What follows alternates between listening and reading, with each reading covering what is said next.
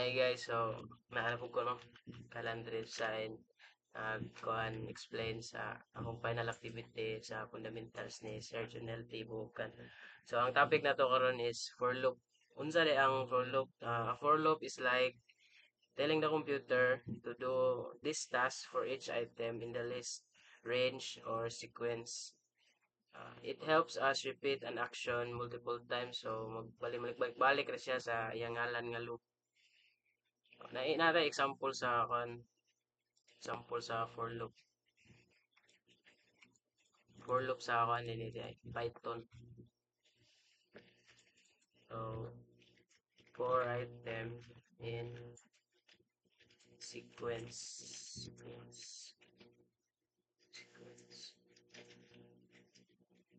siya do something with item. Naman ni siya ang murag kuan sa ang item is ang temporary name that holds each element from the sequence one by one. Ang sequence is this is the list of range, string, or any collection you want to loop through. Sa unsa nga kuan, sa unsa nga list, sa range, string, or any collection nga gusto nimo i-kuan, gusto nimo i-balik-balik. So, ano yung examples para makapasayo ng pagsabot. Looping through a list. For example, fruits,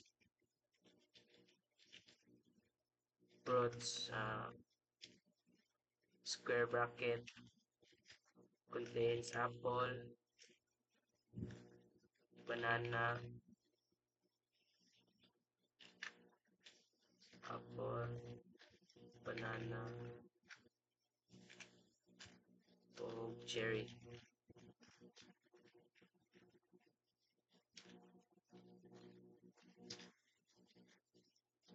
For fruit,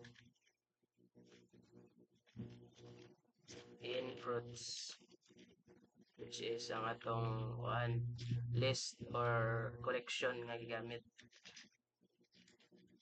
Print fruit.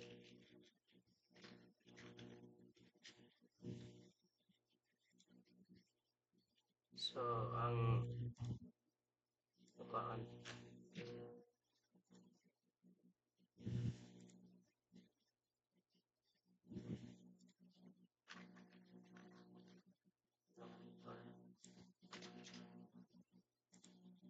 print fruit. So, mo ni siya ang mugawas is kuan mura siya gi-plaster nga pagka kuan bitaw pagka loop. Yang gibalik-balik since ang una first sequence yang gibuhat is ang apple since ang apple ang pinakauna so ang apple pinakaibabaw ang kaduha banana tas ang last cherry and so on antud sa kuan so unsa kadaghan ang imong gibutang sa imong collection maupod kadaghan na ang iyang ibalik-balik. So, kuan na punta looping through numbers so pwede po siya numbers for I in range 3.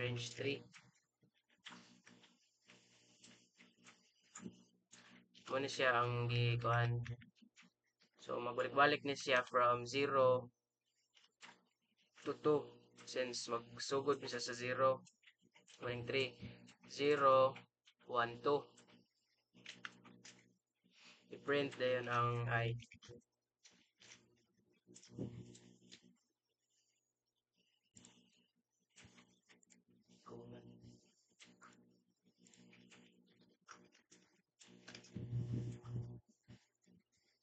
Muna siya. So, kita mo kung asa lapit ang range. Moabot siya og kuan 0, 1, 2, 1, 2 since tulo raman apil ang 0. So, ato nang alisdan og 10. Siyempre, mo paano siya sa 0 to 9. Diba? Range 3 gives us numbers from 0 to 2, not including the 3 since magsugod siya sa 0. Tapos, i-print niya each number kuan horizontally. Okay, in order ba? So, singa na po na to. Looping through a string. looping through a string.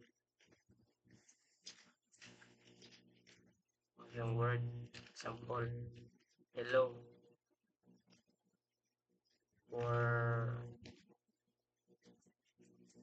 for letter in word, print letter.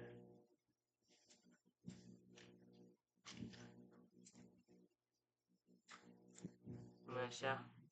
So ang iyang output is kuan nga isa-isa nga hello, kay magkuan siya, mag-survey man siya kada letter. So iyang balik-balikon hangtod sa maabot siya sa pinakalas, which is ang O. Una ang H, ubos ang O. Si print niya mo na iyang output hello.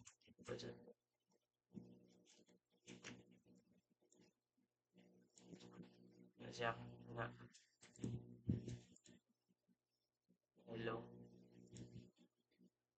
So muna ang mga key points. For loop, repeats a task for each item in a collection, like a list, string, or number.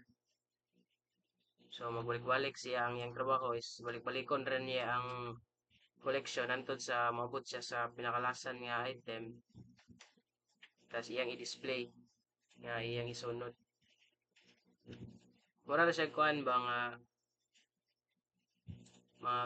kuan buhatan ni nga action sa kani nga list for each item nga naa sa list, which is katong apple.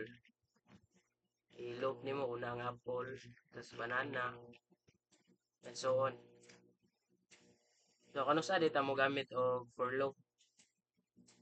So when you know exactly how many times you want to repeat an action, na kung gusto kano sa ka gusto nga ibalik ang imong action. For example, magkuha ka kuan, uh, kuha kag imong ngalan, gusto kag i-extract nimo ang part sa imong ngalan, gusto nimo i-kuan, imong